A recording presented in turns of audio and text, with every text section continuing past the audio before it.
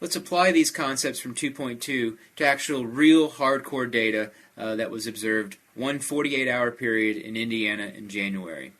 So what I did was I recorded 3 things every single hour for a 48-hour period in the middle of January in Indiana.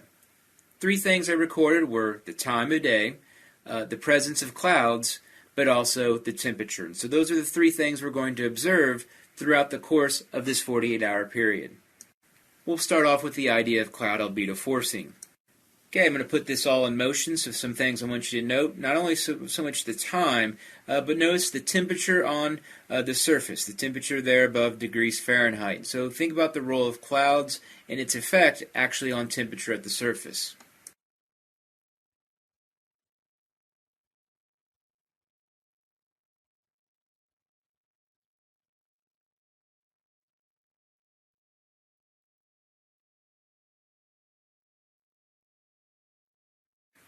So now the sun is set. It's now 8 p.m., and so no longer do we have that insolation hitting the surface. But also, at this time, clouds now leave the area. And so some of the things you would have noticed throughout the day was that clouds were over this area for the entirety of the day, and also temperature really didn't change that much. It only went down a few degrees Fahrenheit. Now let's see what happens overnight when we have the absence of clouds.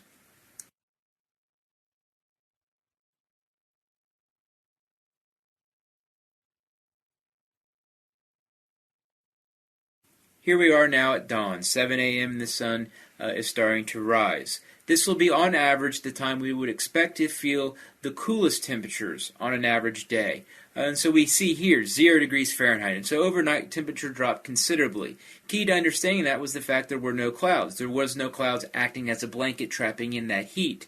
And so our temperatures got quite cool over the evening. But let's see what happens when we have no clouds during the day.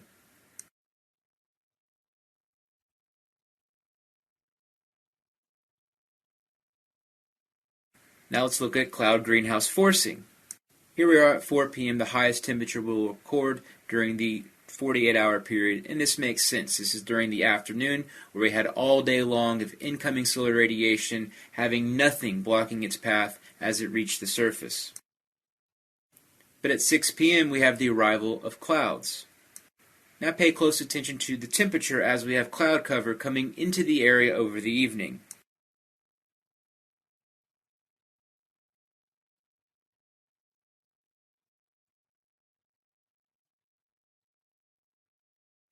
Now we're down to only 27 degrees Fahrenheit with a whole night of cloud cover in the area. And so compare this to the previous day when we were at 3 degrees Fahrenheit at 6 a.m. Today, next day, 27 degrees Fahrenheit at that same time. This line graph tracks temperature change throughout this 48-hour period. And just by looking at this, I can see when we had cloud cover. And we can see cloud cover, whenever that line is the most horizontal or doesn't change much at all, we can see that that's the role of clouds. And so clouds do a good job of moderating temperatures. Whereas the absence of clouds, when we see from 7 p.m.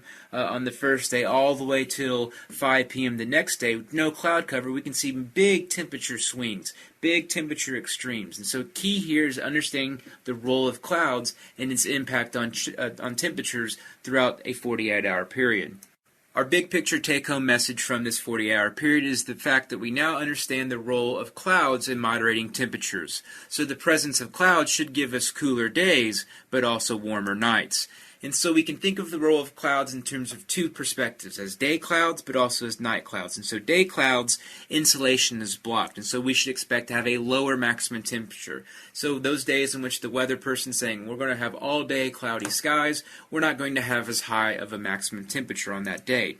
However, when we have night clouds, the key here is clouds, they do a good job of radiating long-wave energy back to Earth and trapping and delaying the transfer of heat. And so we should expect a higher minimum temperature. And so if you're someone who likes warmer nights, then you should hope for cloud cover coming in over the area in the evening hours.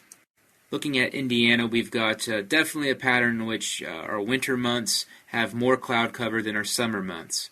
And so definitely we should expect to see sunnier skies in the summertime.